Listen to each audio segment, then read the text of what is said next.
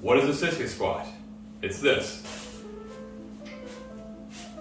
In this position, you rise up on your toes, I'll angle it a bit, and you want to keep a perfectly straight line, if possible, from your knees all the way to your shoulders. So the exercise looks like this.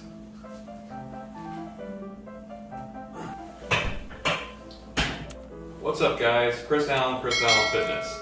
Welcome to my DIY video on the sissy squat. So why am I doing a leg extension? Well, for most people, this is the go-to for a quad isolation exercise.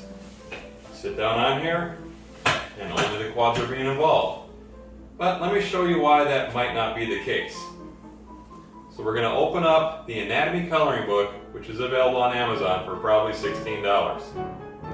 Page 56 of the Human Anatomy Coloring Book.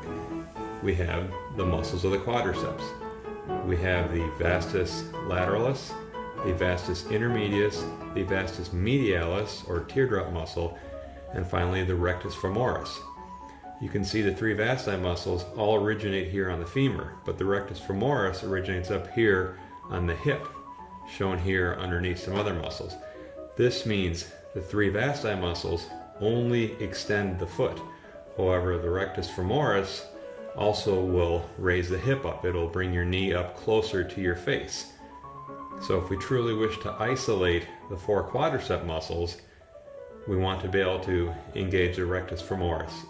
So we've just seen that the rectus femoris, by crossing the hip joint, is not fully involved in an exercise such as a leg extension because it's already in a shortened position and it's not being activated. If I could somehow do the exercise while having to hold my knee off the ground like this, then you can feel your rectus femoris. Unfortunately, the amount of weight that you could actually hold here is less than you could extend with, so it doesn't work that well. So we need to find a way to engage the rectus femoris more than the leg extension does. Here is one possibility which you don't see very often.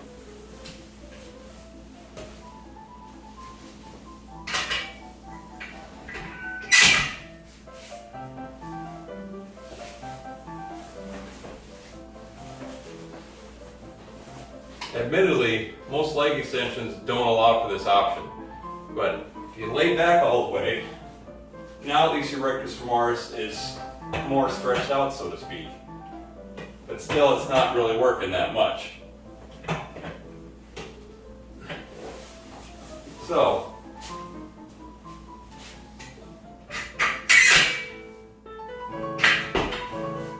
I'm going to lower the back rest all the way down to the ground.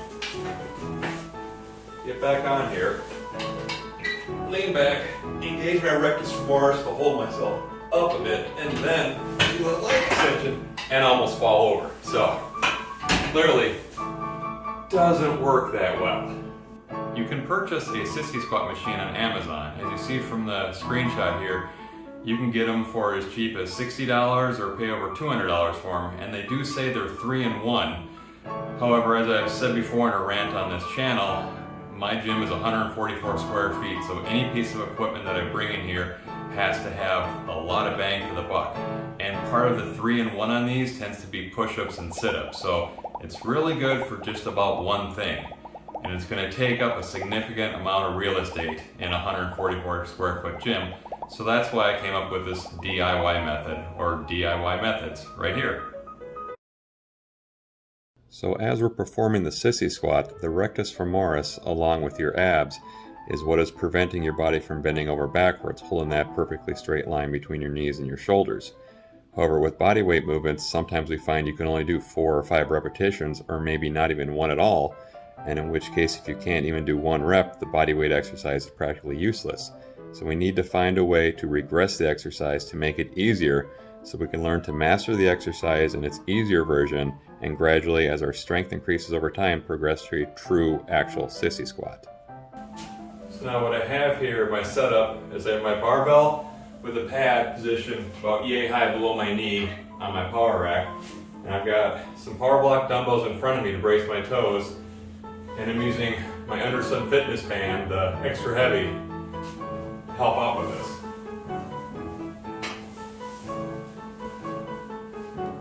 So make sure the barbell's locked in the J-cups, grab onto the band, descend,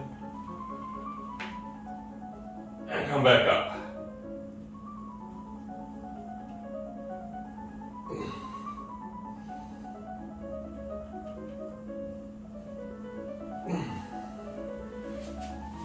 And as you increase your strength over time, you can use a smaller band until eventually you can be doing this with no bands. But here's another way to do this. And this is a DIY with the TRX strap, or if you did what I did, you went to Target and you bought some dog leashes. Maybe I'll link that in the description. You do have to play around with where your feet are going to be to get the angle just right. But again, try and keep a straight line from your knees to your shoulders. And with this, the further you walk in, the harder it will become. Or maybe the easier.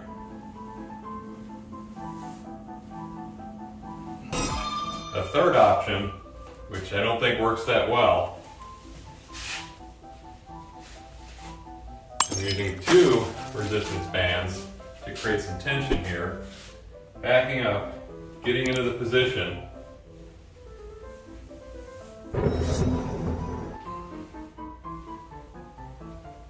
It does supply a little bit more resistance to the motion. Well, my main concern would be is if the band snaps, I'm going to get hit in the face with this thing, which I don't want to have happen. So that's a couple of DIY recommendations for making a sissy squat at home. My personal #1 recommendation is to use the barbell with the pad and something to brace your feet, like the dumbbells that I use here.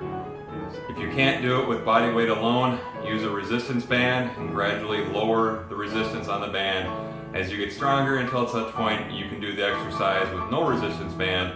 And then once you can do 12 to 15 body weight sissy squats, my recommendation would be to add a 10-pound plate to your chest and go from there. Thank you. Have a great day.